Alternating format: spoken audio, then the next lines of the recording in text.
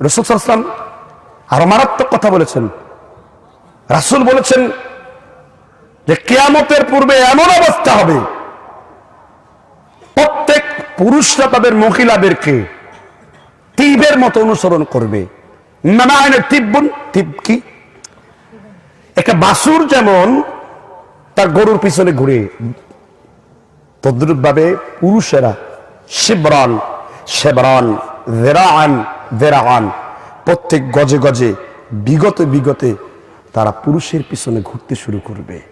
নাউযু বিল্লাহ। মহিলাগণ এমন ভাবে স্বামীকে শাসন করবে, সে স্ত্রীর পরিবর্তে সে স্ত্রীর দাস হয়ে যাবে। যেমন মনে হবে স্ত্রী তার মালিক আর সে তার গোলাম। এগুলো আমাদের সমাজে আছে কি নাই? নিজের পিতামাতার বিরুদ্ধে সন্তানের কান ভারী করবে। রাসূলুল্লাহ সাল্লাল্লাহু আলাইহি ওয়াসাল্লাম বসে আছেন। ইবনে উমর বলেন, আল্লাহর নবী সাল্লাল্লাহু আলাইহি ওয়াসাল্লাম আমার বাবা ওমর বলেছেন আমার স্ত্রীকে তালাক দেওয়ার জন্য আমি কি করব? আল্লাহর নবী বলেন, ওমর আব্দুল্লাহ ইবনে ওমর লি জান্নাতে বাবান, জান্নাতের দুইটা দরজা আছে। একটা দরজার নাম হলো আব্বা, আর একটা দরজার নাম হলো আম্মা। বিশ্বনবী সাল্লাল্লাহু আলাইহি ওয়াসাল্লাম বলেন, আনতা ওয়া মালুকা ওয়া ওয়ালাদুকা, তুমি আর তোমার মাল তোমার সম্পত্তি পুরোটাই তোমার বাবা, তোমার কোনো কিছু নাই। ফামান রাগিবা আন আবিহি ফাকাদ কাফারা, আর তুমি যদি তোমার বাবা ওমর থেকে নিজের মুখকে সরায় নিয়ে আসো তাহলে তুমি আল্লাহর সাথে কুফরিতে লিপ্ত হয়ে যাবে। কিসে লিপ্ত হবে? এমনকি পিতামাতার সাথে আপনি শব্দ করছেন, এটাও আপনার জন্য হারাম। সূরা বানী ইসরাঈল 31 থেকে আয়াত পড়বেন, 25 থেকে। উফি ওয়ালা তানহারহুমা ওয়া কুল লাহুমা কাওলান কারীমা ওয়াখফিদ লাহুমা জানাহাদ যুল্লি মিনার রাহমা ওয়া কুর রাব্বিরহামহুমা কামা রাব্বায়ানি সগীরা। সুবহানাল্লাহ বলবেন না? আল্লাহর নবী কে আল্লাহ তাআলা শিখালেন, আল্লাহর নবী तमाम পৃথিবীর মানুষদেরকে শিখালেন, পিতামাতা যখন তোমার সাথে কথা বলবে উফি ওয়ালা তানহারহুমা। ইব্রাহিম নাখঈ রাহমাতুল্লাহ আলাইহি তাবিঈ ছিলেন, ইবনে মাসউদের ছাত্র ছিলেন। তিনি ব্যাখ্যা করেন উফুন শব্দের অর্থ হলো নখ, নখের নিচে সামান্য যে ময়লা থাকে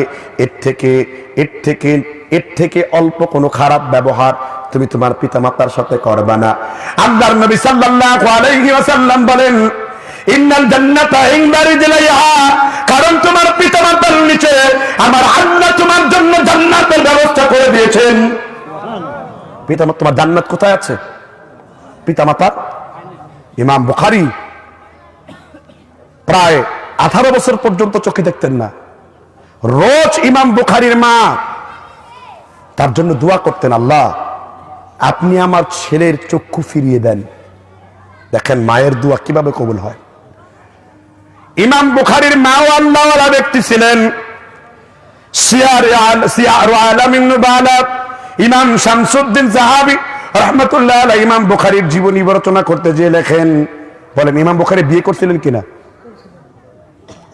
অনেকেই বলেন কি জানেন, যে ইমাম বুখারী বিয়ে করেন নাই। এটা মিথ্যা কথা। ইমাম বুখারী কি করেছেন? ধরেন ইমাম যাহাবী তার সিয়ার আলামিন নুবালা উল্লেখ করেছেন যে ইমাম বুখারী বিবাহিত ছিলেন। কথা বুঝতে পারছেন কিনা? তার সন্তান ছিল কিনা এটা কেউ বলতে পারে না। কথা বুঝতে পারছেন কিনা? কিন্তু তিনি কি ছিলেন? বিবাহিত ছিলেন। কিন্তু তিনি অবিবাহিত ছিলেন বিষয়টা এরকম নয়। আমার কথাকে বুঝতে পারছেন কিনা? ইমাম বুখারীর মা ইমাম বুখারীর জন্য দোয়া করেছেন, আল্লাহ তুমি আমার ছেলের চোখের দৃষ্টিকে ফিরিয়ে দাও।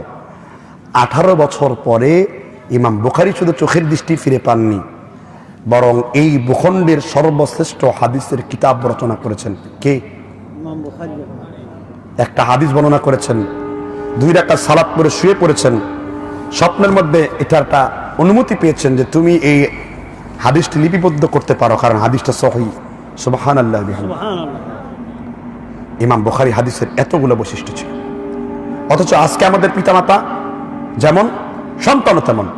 সন্তান পিতামাতার সাথে কোনো ভালো ব্যবহার করতেই শিখে না।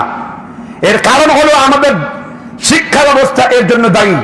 কারণ আপনারা আমরা আমাদের সন্তানকে সব শিক্ষা দিয়েছি, কিন্তু দ্বীনি ইলম আমার সন্তানদেরকে আমরা শিক্ষা দেয়নি।